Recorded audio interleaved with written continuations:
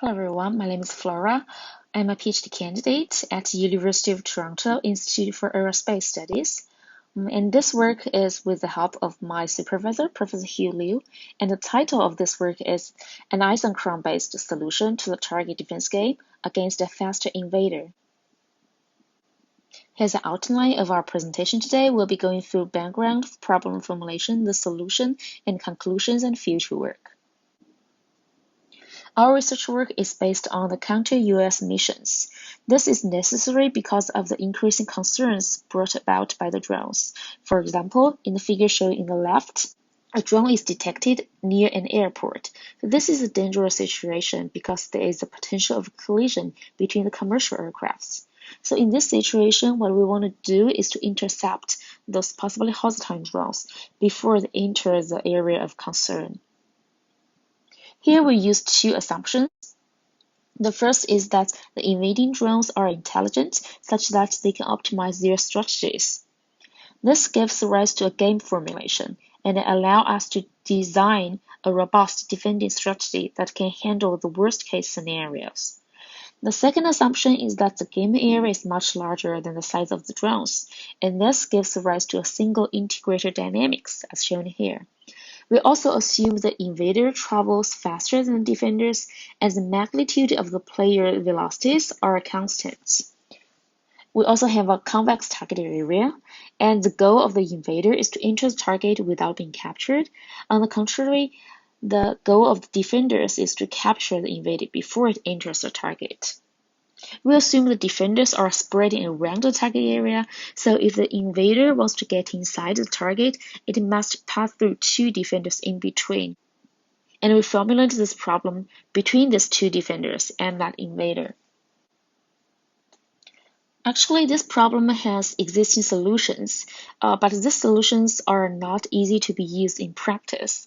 This is because this solution first identifies the terminal location of the players and integrate a so-called path equation in order to get the optimal trajectories. So the optimal trajectories are backward in time and they are open loop. So to use those information when play a game forward in time, we first need to identify the corresponding terminal locations of the players, given the current locations. In addition, if the players are off the optimal trajectories a little bit, we need to replan the trajectory all over again. This is very time-consuming. So the question we have is that, can we design a closed-loop strategy using those existing informations? The answer is yes, and here's the idea. Differential games are just like optimal control problems that we have a state space, and the system is represented by the state inside this state space, and it travels along some certain trajectories inside this space. In optimal control problems, we have a control input to interfere with the system, and we have an objective to characterize how we want the system to behave. So in differential games, the only difference is that we have two players, and each player only has partial control over the system. And they want to drive the system state to travel along opposite directions. For example, if the defender wants to travel downward and invader wants to travel upward, and the solution of the game is just to find the balance between these two opposite efforts. And after the game is solved, we can find that the trajectory eventually will settle on a certain surface called the semi-permeable surface. So in this specific example, the defenders can prevent the state from leaving the surface in the upward direction, and the invader can do the same. The existing solution about the optimal trajectories actually also gives us the solution of the semi-permeable surface. So the idea is that we take the semi-permeable surface as a known information and derive a closed-loop trajectory from it using the fact that the two players want the system state to leave this semi-permeable surface along different directions. So back to our two-defender single invader game. We use the existing solution without the target area for simplicity, and we'll talk about the target area later. Under this assumption, the game can be reduced to a three-dimensional problem.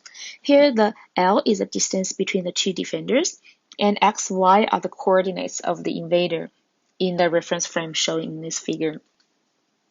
And the semi-permeable surfaces in this specific reference frame are actually two-dimensional curves.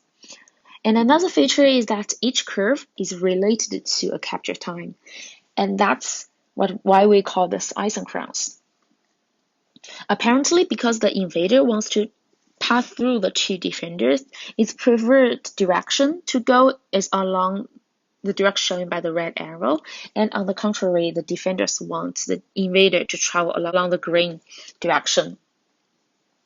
From this point of view, we can see the game turns into a pursuit evasion game between the invader and the isochrons. It looks like the invader is going to chase after the isochrons.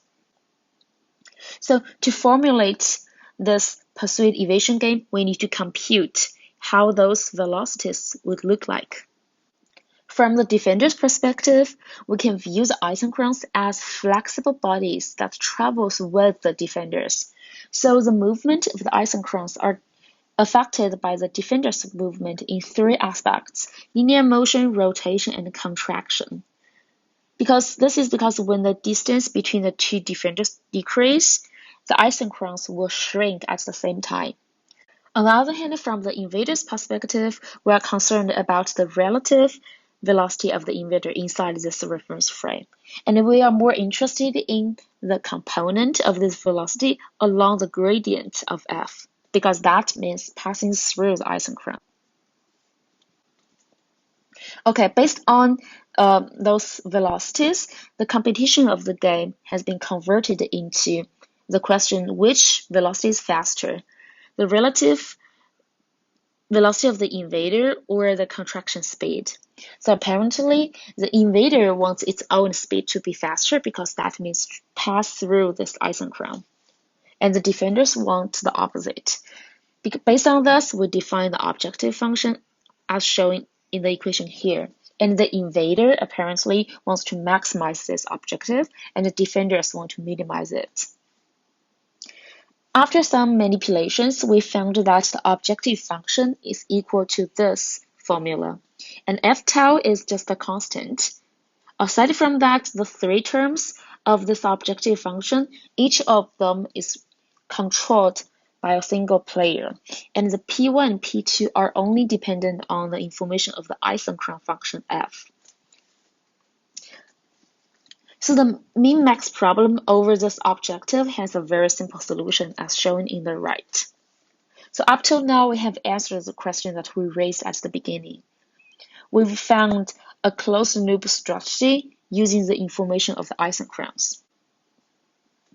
Here is a simple verification of our proposed method using a very specific case with two defender, a single invader, and zero capture range. This problem has an intuitive solution based on two facts. The first is that the two defenders must capture the invader at the same time. This is because a single slower defender cannot capture a faster invader. Also, because of the velocities of the two defenders are the same, they must travel the same distance. So in this reference frame, capture must happen on the y-axis. The second fact is that optimal trajectories are straight lines. So based on those information, we can construct the isochrons of this problem as shown here. So using this isochron function, we are able to solve the isochron-based closed-loop strategy, which is shown on the right. And we can verify that this strategy is equivalent to all the players heading to the capture point P along straight lines. So this verification actually confirms that both the intuitive strategy and our proposed isochron strategies are correct. So in the end, we talk about the target a little bit more. As we mentioned before, each isochron is related to a single capture time. However, an additional information is that they are also related to a single capture location. For example, if the invader starts on this red curve, red isochron, they must be captured at the red point. So if the location of the target area is such that its boundary passes through this red dot, then the red isochron will be the barrier of the game. That means below this barrier is the invader's winning region. So invader is gonna get inside the target without being captured if it starts from its winning region. And this method helps us to identify who is gonna win the game under our proposed isochron-based strategy. Well, to conclude our work, we propose a method such that to develop a closed-loop strategy using the open-loop trajectories, it will also verify the correctness of the proposed method. And in the end, we provide a method to identify the winning regions under our proposed strategy. So for the future work, we are going to apply the method with the non-zero capture ranges. And also because currently we use the optimal strategies solved without a target area. So in the future, we would like to incorporate the target area in that stage. Okay, that's the end of our presentation. Thank you for listening, and we're happy to take any questions.